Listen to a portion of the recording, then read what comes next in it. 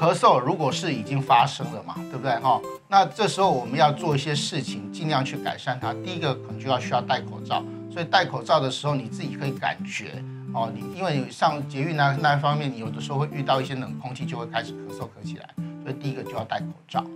这样子也就算你是感冒发炎的，你也不会传染给别人。那第二个呢，当然是太冰、太甜、太辣的，尽量少吃。我不是说完全不能碰哦，我是说少嘛，对不对哈？不然有些每次都跟我说啊，那么多不能吃，你别给我冲哈，没塞，我没有说不能吃，我说少量哈，好不好 ？OK 好，最好呢在咳嗽的过程当中，你有抽烟的人，这个礼拜或2个礼拜，原则上尽量烟都不要碰了哈。那因为你肺部已经在发炎了，你又去刺激它，你觉得会好吗？有点困难哦哈。但是对一些老烟枪，我觉得很困难，没有错。但是请少抽好吗？最好不要抽哦。那还有就是去一些烟雾弥漫的场所，像去公庙啊那些哦，有时候也会引发你的咳嗽，这时候就尽量少去。